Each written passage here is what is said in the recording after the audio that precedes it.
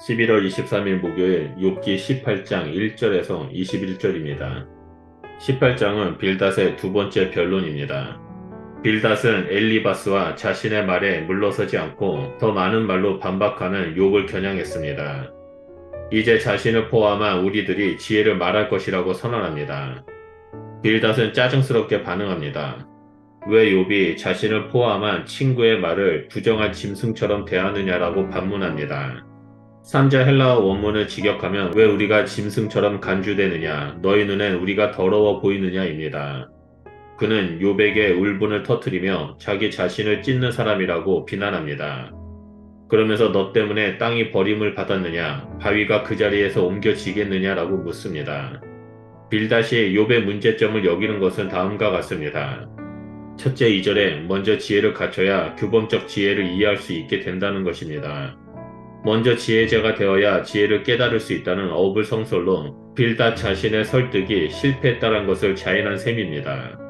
둘째 3절에 너희는 왜 우리를 동물 취급하느냐라고 하는데 여기서 부정한 짐승 취급한다는 말은 지혜가 없는 아둔한 자로 여긴다는 의미입니다.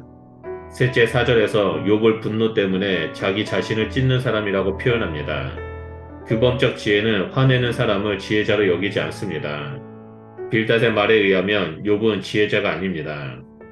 욥의 고난은 스스로 초래한 것이라고 말하는 것입니다. 넷째, 땅이 저절로 없어지거나 바위가 스스로 움직이지 않는다라고 말합니다. 이는 지극히 당연스럽고 자연스러운 현상에 변화가 생기지 않을 것이라는 의미로 이해됩니다. 즉 정해진 규범이 바뀌지 않는다는 주장입니다. 빌닷은 이러한 욥의 무지를 비난한 다음에 이제 자신의 지혜를 밝힙니다. 빌닷의 지혜는 잠언의 내용들과 전혀 새롭지 않습니다. 그가 말하는 지혜는 첫째 5절과 6절로 빛과 어둠의 이분법입니다. 즉 빛, 불꽃, 등불은 선한 것이고 어둠은 나쁜 것이라는 점입니다. 빛은 의인과 지혜자에게 속했고 어둠은 악인과 무지자의 영역이라는 점입니다. 그가 사는 곳에 잠시나마 밝을지라도 그 빛은 어두워지고 등불은 꺼지게 될 것이라고 말합니다. 둘째 7절에서 10절로 재앙은 덫과 같다라고 말합니다.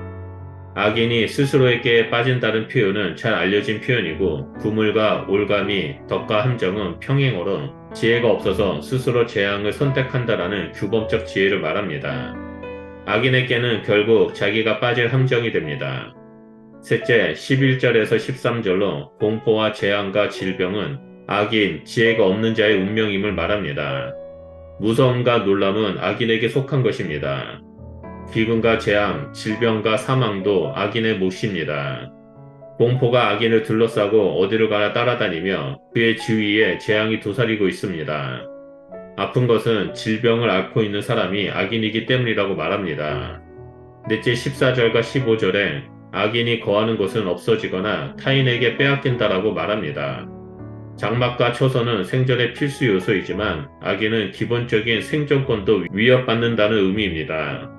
14절에 공포의 왕이라는 말의 헬라어 원문 성경의 뜻은 유황입니다. 즉 유황이 악인이 거하는 집에 뿌려진다는 의미입니다. 이 구절은 욥의 자녀들이 큰 바람으로 집이 무너져 죽게 된 것을 연상시킵니다. 빌닷이 욥의 자녀들이 죽게 죄를 지었다라는 판단의 근거가 됩니다. 마지막 다섯째인 16절에서 20절은 악인은 기억되지 않고 잊혀진다라고 말합니다. 기억하는 것은 지혜를 배우는 중요한 학습법입니다. 반면에 잊음과 잊힘은 악인의 운명입니다. 흥미로운 점은 이름과 기억이 평행어로 쓰인다는 점입니다. 히브리어에서 이름은 자손의 번식과 관련되어 있습니다. 그래서 빌닷의 말은 그의 백성 가운데 후손도 없고 후회도 없을 것이라고 말합니다.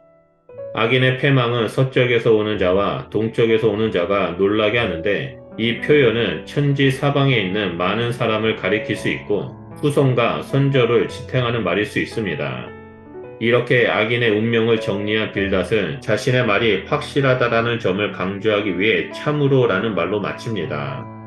빌닷은 스스로 지혜자라고 여기며 규범적 지혜를 욥에게 쏟아부으며 정죄하고 있습니다. 하지만 욥에게 일어난 모든 상황은 규범적 지혜를 벗어나 하나님의 절대적 주권에 의해 나타난 것입니다. 이를 볼 때 빌닷은 스스로 지혜자가 아니며 어리석은 자임을 자신의 입으로 드러내고 있는 것입니다. 사람들은 질병이나 갑작스럽게 닥친 고난에 대해 규범적 지혜를 적용하며 내가 무엇을 잘못했을까라고 생각하고 좌절하는 경우가 있습니다. 그러다 보니 규범적 지혜라는 울타리에서 벗어나지 못하는 어리석음을 나타내기도 합니다. 반면에 믿음의 사람은 이런 규범적 지혜의 울타리를 뛰어넘습니다. 다시 말해서 먼저는 하나님 앞에서 자신을 되돌아보고 한 걸음 더 나아가 하나님의 절대 주권을 인정하며 하나님의 뜻이 이루어지기를 기도하는 자가 믿음의 사람입니다. 요한복음 9장을 보면 날 때부터 맹인된 사람의 에피소드가 나옵니다. 제자들은 규범적 지혜를 적용하여 누구의 죄로 인함이냐고 묻지만 예수님은 죄로 인함이 아니라 하나님이 하시는 일을 나타내고자 합니다 라고 말씀하셨습니다. 예수님의 이 말씀은 규범적인 지혜를 뛰어넘은 가르침이었습니다. 우리는 이 땅에서 나와 타인에 대한 일들을 볼 때 먼저 자신을 하나님 앞에 되돌아보고 더 나아가 하나님의 뜻이 내 삶 가운데 일어나기를 기도하며 나아가는 자가 되어야만 합니다. 그럴 때 욥의 고백처럼 이전에는 귀로 들었지만 이제는 눈으로 보게 되었다라는 놀라운 일들이 우리의 삶 가운데 일어나게 될 것입니다. 기도하겠습니다. 하나님 감사합니다. 오늘 말씀을 통해서 믿음의 사람은 규범적인 지혜를 뛰어넘어 하나님의 절대 주권을 인정하며 의지하는 자임을 말씀해 주셔서 감사드립니다. 하나님 이 땅이 다스리신 분이 하나님이시고 우리의 삶의 주인 되신 분도 하나님이심을 이 시간 믿음으로 고백합니다. 우리가 어디에 있든지 무엇을 하든지 모든 것의 주인이 되신 하나님만을 의지하며 하나님의 뜻을 이루는 자가 되겠습니다. 하나님 우리를 통해서 일하여 주시고 우리가 하나님의 절대 주권을 인정하고 하나님의 뜻을 따를 때 하나님의 살아계심을 눈으로 보고 귀로 듣고 삶으로 체험하는 자가 될 수 있도록 우리 가운데 역사하여 주시옵소서. 그래서 날마다 주님과 동행하며 증인된 삶을 살아가는 자가 될 수 있도록 함께하여 주시옵소서. 감사드리며 예수 그리스도 이름으로 기도드립니다. 아멘.